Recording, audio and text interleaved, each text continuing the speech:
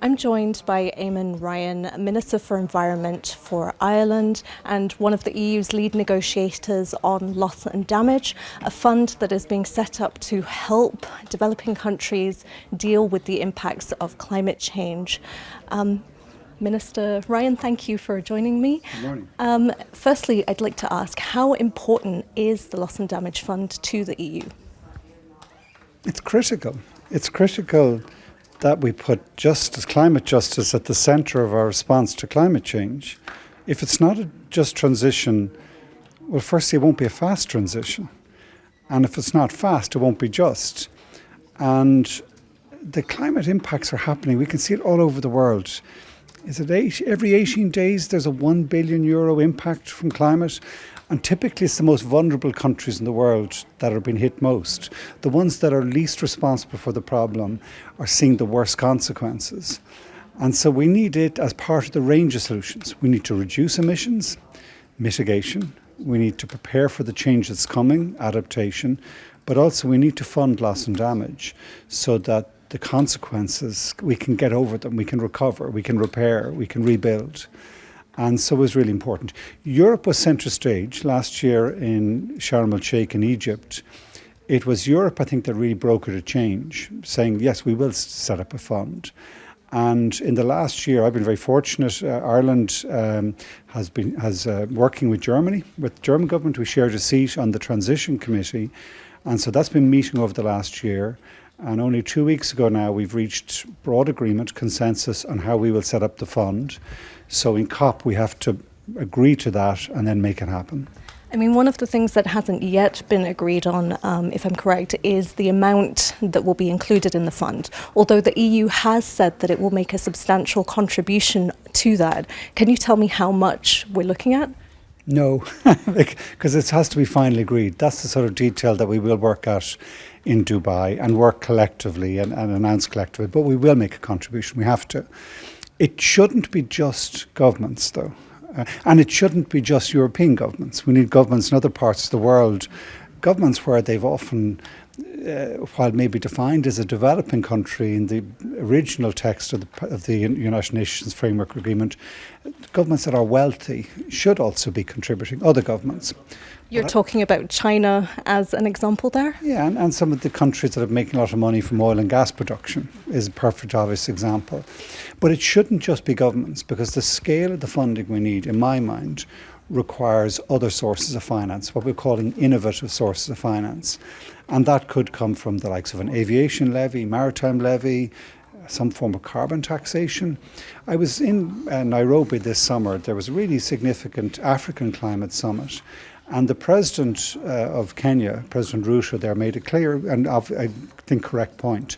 We need global financing solutions to address global climate problems. If it's all just the exchequers paying, then it'll be stop-start. It won't be guaranteed. And to give an example of what's possible, even if there was a 1% levy on aviation tickets, and I don't think a 1% would stop people flying, or would be so punitive, but a 1% on aviation tickets would raise €8 billion a year, and it'd be certain, and it'd be relatively easy to collect. And it would be targeting the wealthy, because it's wealthier countries and people tend to fly. So that's an example of where we think we need to get agreement on a broadening out of the funding of loss and damage, but also of mitigation and adaptation. And that's one of the things the European Union is going to be pushing in the negotiations. I mean, that's very well and good to see other sources of funding. The EU, though, contributes contributes subsidies to fossil fuels in the tune of €123 billion in 2022.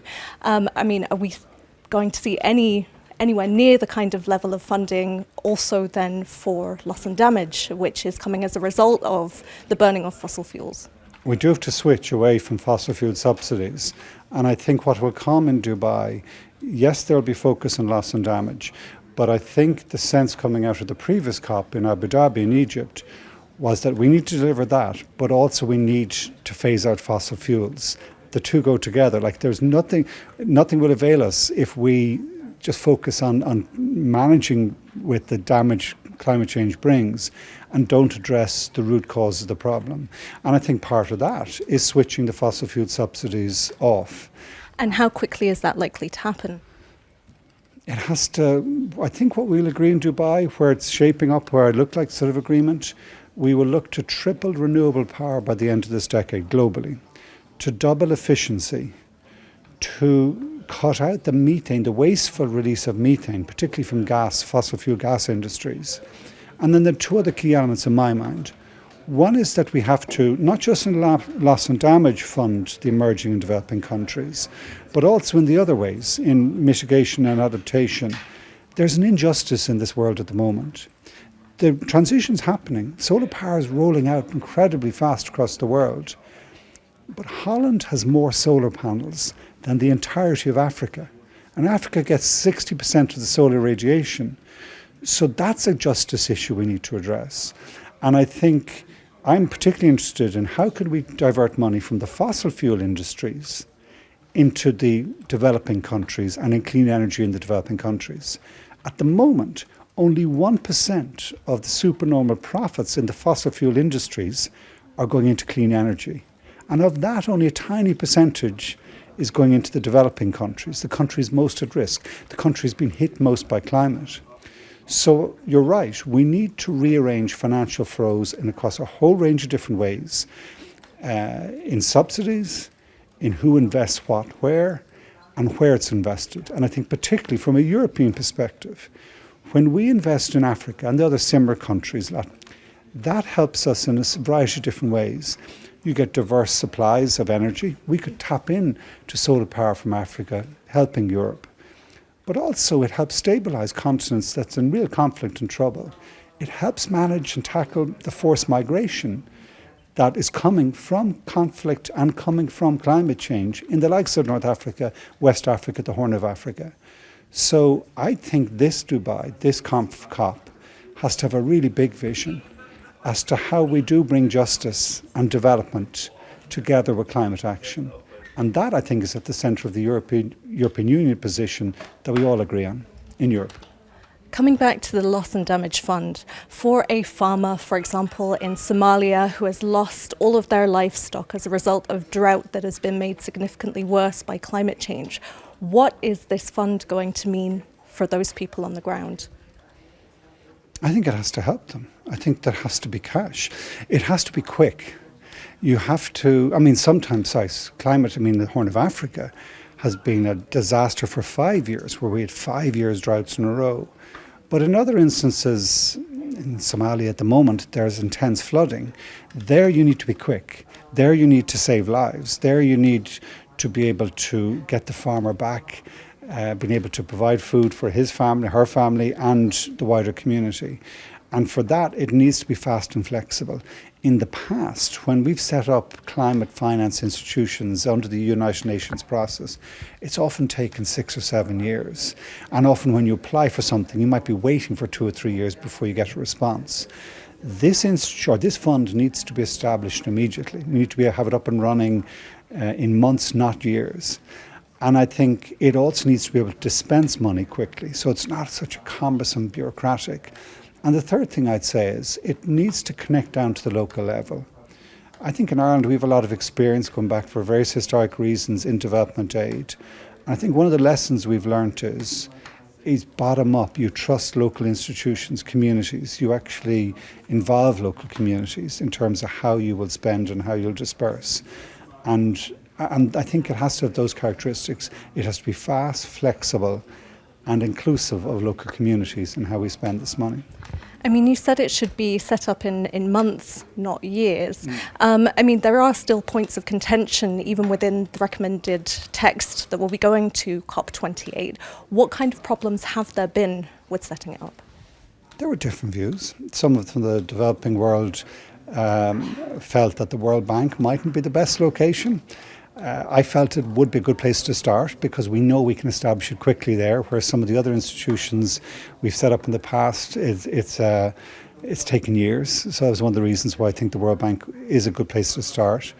The other main area of contention, European Union was very much pushing that we would try to make sure that the most vulnerable countries really did get access to the funds. Because historically what's happened in climate finance funding is that the poorest countries didn't get access to it. They didn't have the capability, didn't have the resources even to apply. And we were arguing in Europe that you do have to protect, or this has to be retargeted, the most vulnerable. Now, that doesn't mean that other slightly more advanced countries aren't eligible for funding. And there will be instances, you could have examples, a small island state in the Caribbean that may be middle-income country, may have a significant tourism industry or other industries. But if they're hit by a hurricane, they need access to loss and damage quickly. So it has to be eligible to a wide variety of countries. But the critical wording in the text, from an Irish perspective, from a European perspective, was that we did provide a floor of certainty that the most vulnerable countries would be able to get funding when they need it. And I think the wording there is, while everyone compromises, it's actually not a bad outcome. And I think it'll be broadly agreed. I don't see it being changed now in Dubai. I think if it does, I think that might impact on the rest of the negotiations. We need to deliver on loss and damage, but we also need to deliver on so much more. And I think I'm glad that we got the agreement before the main negotiations so that the atmosphere going into them wouldn't be poisoned. And I think that gives me some hope. We need to deliver the loss and damage fund, but we need to deliver a lot more too. I mean, studies have said that loss and damage up to 2030 annually could cost poorer countries at least 280 billion or even $500 billion. Is it likely that we are going to see a fund that is able to cover that, or how big would the fund be likely to be?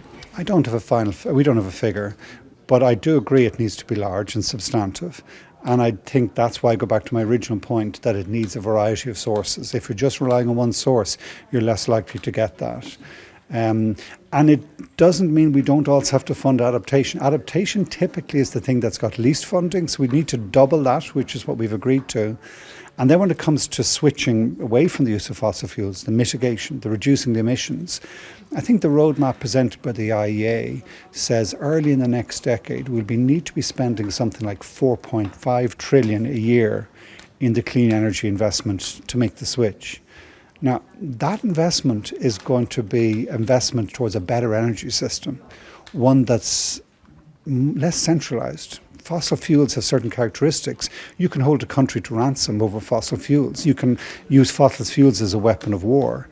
When we develop the renewable solar and wind and hydro alternative, that's the peace project of our time. You can't hold a country to ransom saying, do what I say or else I'll blow up the solar panel.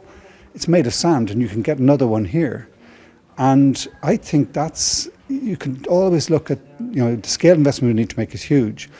It is a switch. We need to switch away from that investment in fossil fuel and switch into this one. And with it comes the ability to reduce the amount of conflict in our world today. It saves and the more we reduce the emissions, the less we have to spend on adaptation. And then the more we spend on adaptation, the less we have to spend on loss and damage. So we need all three. And all three are going to be huge, the amount needed. But the benefit in meeting the Sustainable Development Goals and getting back on track in the Sustainable Development Goals, like we are in a very precarious position in the world today where malnutrition is rising again. It's back to the levels it was in 2005, having decreased for most recent years. We've 70 countries in the world in debt default or real debt difficulty because of a whole range of recent circumstances coming out of COVID, Ukraine war and so on. So we have an urgent need to help those countries develop. And I think the climate switch, the climate leap we need to make can help us do that. And so yes, we need the money for loss and damage, but we need trillions more for both adapting and developing, particularly in the countries in the likes of Africa, the likes of Latin America, the likes of the less developed countries, because their my security is enhanced when my neighbour's security is also guaranteed. That's not the case at the moment. So at the COP28, the recommended text is going there next week, or will they come out with an operationalised fund? Yes, I think we will. On loss and damage, we have to. agreed and money pledged and up and running in everything really, except the administrative happens within months. I think there was a good atmosphere at the pre-COP negotiations, which took place in Abu Dhabi 3 weeks ago. And I was very fearful because in a world of war within Gaza, and you were really fearful how we'll be able to negotiate in such a tense situation that we're in. But actually, I thought there was a sense of collective will, desire to make a change. It won't all be agreed in Dubai. This is a rolling process. And a lot of the finance issues that we need to resolve, it'll be a case similar to what we did last year in Sharm el-Sheikh. Europe raised the ball in terms of, yes, we're going to do loss and damage fund. We set up the transition committee and we're now going to deliver it a year later. But similarly, we need initiatives working across continents, north, south and east, west. So we agree some of the principles about how we change finance system, the entire finance. It's as big as that. The entire World Bank, IMF, private financing, fossil fuel investment models, they all need to change. They won't all change in a week. But if we can get the political commitment in the negotiations to start that process and then drive it over the subsequent 2 years, that would be a good outcome. And what would be critical to watch is the language in the cover decision. It has to be a decision of 200 countries that's the direction we're going on. That's what Europe's going to be fighting for. Thank you very much for your time. Thank you.